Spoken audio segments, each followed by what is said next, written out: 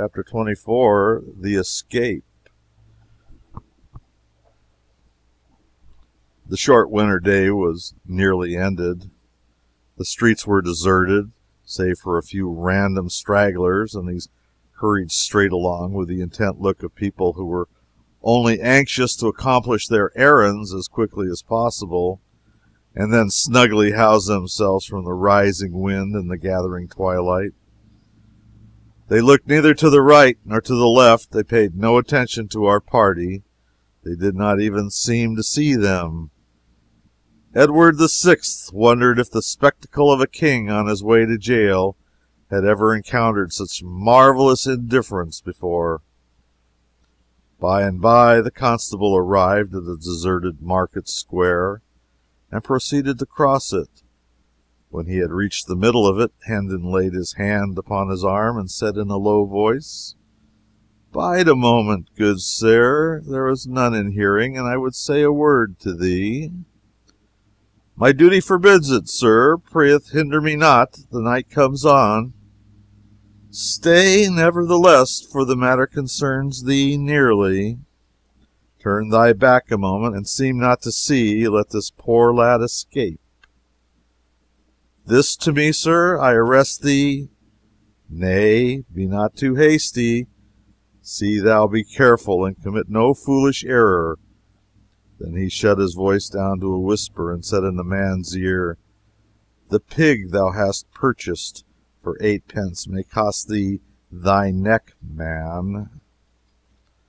The poor constable, taken by surprise, was speechless at first, then found his tongue and fell to blustering and threatening. But Hendon was tranquil, and waited with patience till his breath was spent, and then said, "I have a liking to thee, friend, and would not willingly see thee come to harm. Observe, I heard it all, every word. I will prove it to thee." Then he repeated the conversation with the officer and the woman had had together in the hall, word for word, and ended with, "There, have I set it forth correctly? Should not I be able to set it forth correctly before the judge, if occasion required?" The man was dumb with fear and distress for a moment. Then he rallied and said with a forced lightness, "'Tis making a mighty matter, indeed, out of a jest. I but plague the woman for mine amusement." "Kept you the pig for amusement?" The man answered sharply, "Naught else, good sir. I tell thee, 'twas but a jest."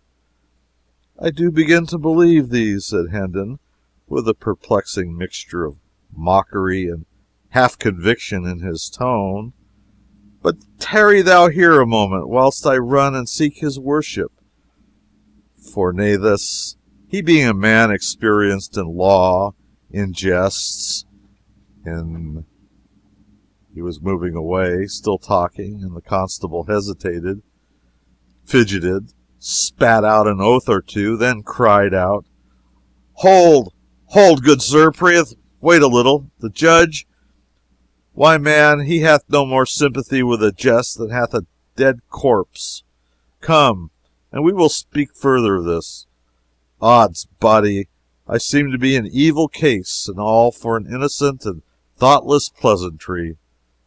I am a man of family, and my wife and little ones. List to reason. Good your worship, what wouldst thou of me?" "Only that thou be blind and dumb and paralytic, whilst one may count 100,000, counting slowly," said Hendon, with the expression of a man who asked but a reasonable favor, and a very little one. "It is my destruction," said the constable, despairingly. "Ah, be reasonable, good sir. Only look at this matter on all its sides, and see how a mere jest it is, and how manifestly and how plainly it is so. And even if one granted it were not a jest, it is a fault so small that e'en the grimmest penalty it could call forth would be but a rebuke and warning from the judge's lips." Hendon replied with a solemnity which chilled the air about him, This jest of thine hath a name in law. Would you what it is? I knew it not. Peradventure I have been unwise. I never dreamed it had a name. Oh, sweet heaven, I thought it was original. Yes, it hath a name. In the law, this crime is called non compos mentis.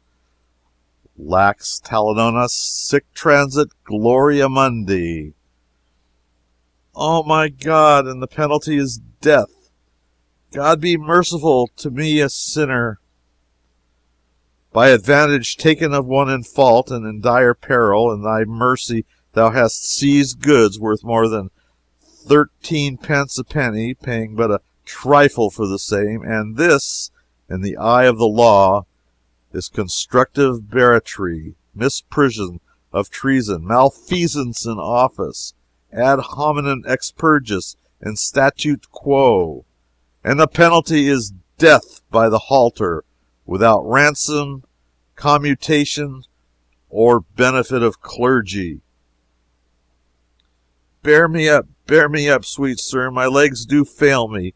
Be thou merciful, spare me this doom, and I will turn my back and see naught that shall happen. Good. Now thou'rt wise and reasonable, and thou'lt restore the pig? I will indeed. Never ever touch another, though heaven send it an archangel to fetch it. Go, I am blind for thy sake. I see nothing. I will say thou didst break in and wrest the prisoner from my hands by force. It is but a crazy ancient door. I will batter it down myself betwixt midnight and the morning. Do it, good soul. No harm will come of it. The judge hath a loving charity for this poor lad, and will shed no tears and break no jailer's bones for his escape.